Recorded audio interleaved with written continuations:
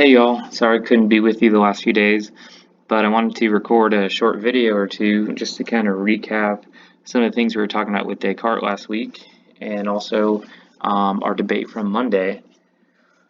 Um, so good job with that debate. I think y'all came to a lot of the right conclusions just from our discussion here in those first two meditations. And you can kind of see, as the first slide says here, that those conclusions, if you accept Descartes' premises, sort of lead you down this rabbit hole towards solipsism.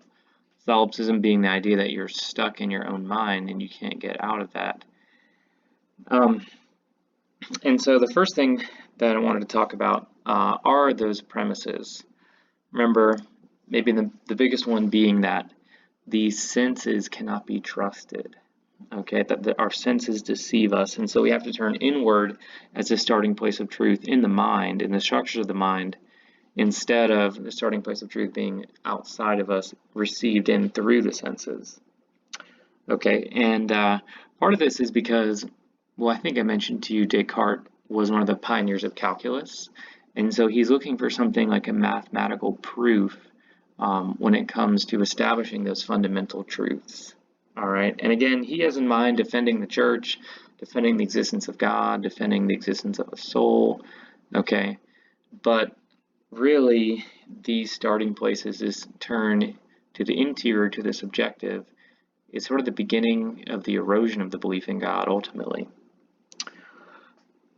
Okay, so first thing to distinguish here is that even though the senses can't be known in a strictly demonstrative way, like a mathematical proof, that doesn't mean that that's a bad thing.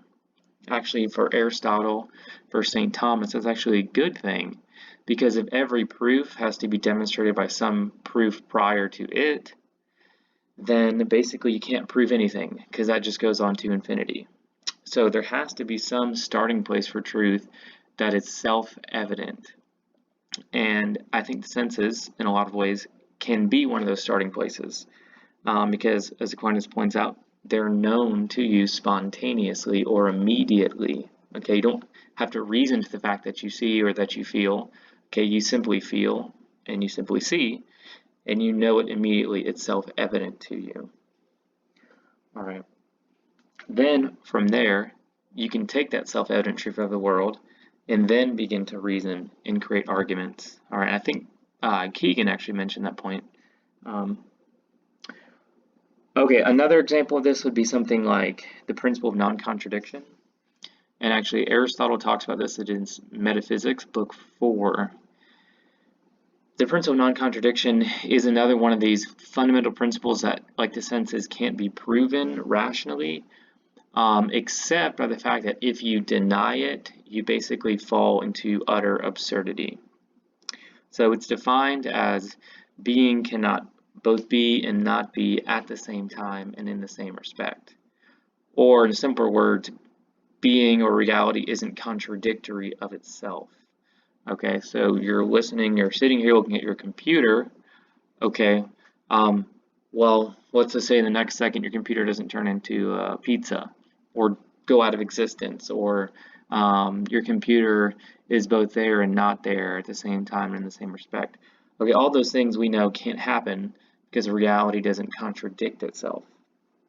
Now, like I said, you can't strictly rationally prove that, but if you try to disprove it, you're actually proving it in the very act of arguing against it.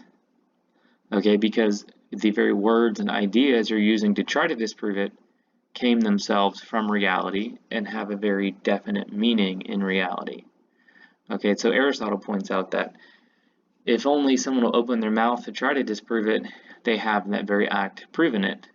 And so basically, if you want to be that radically skeptical, you should just act like a plant or a vegetable and not say or do anything at all, because as soon as you do, you are in fact proving that the principle of non-contradiction is correct.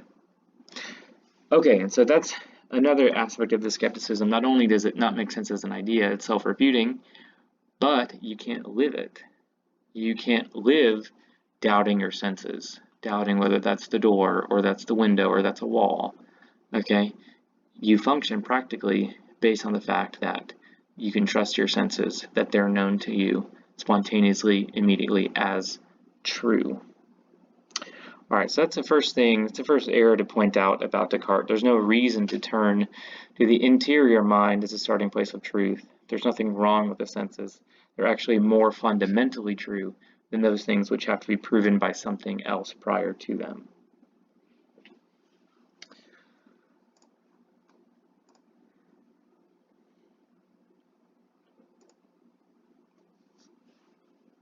Okay, so moving on here. So where does Descartes leave us?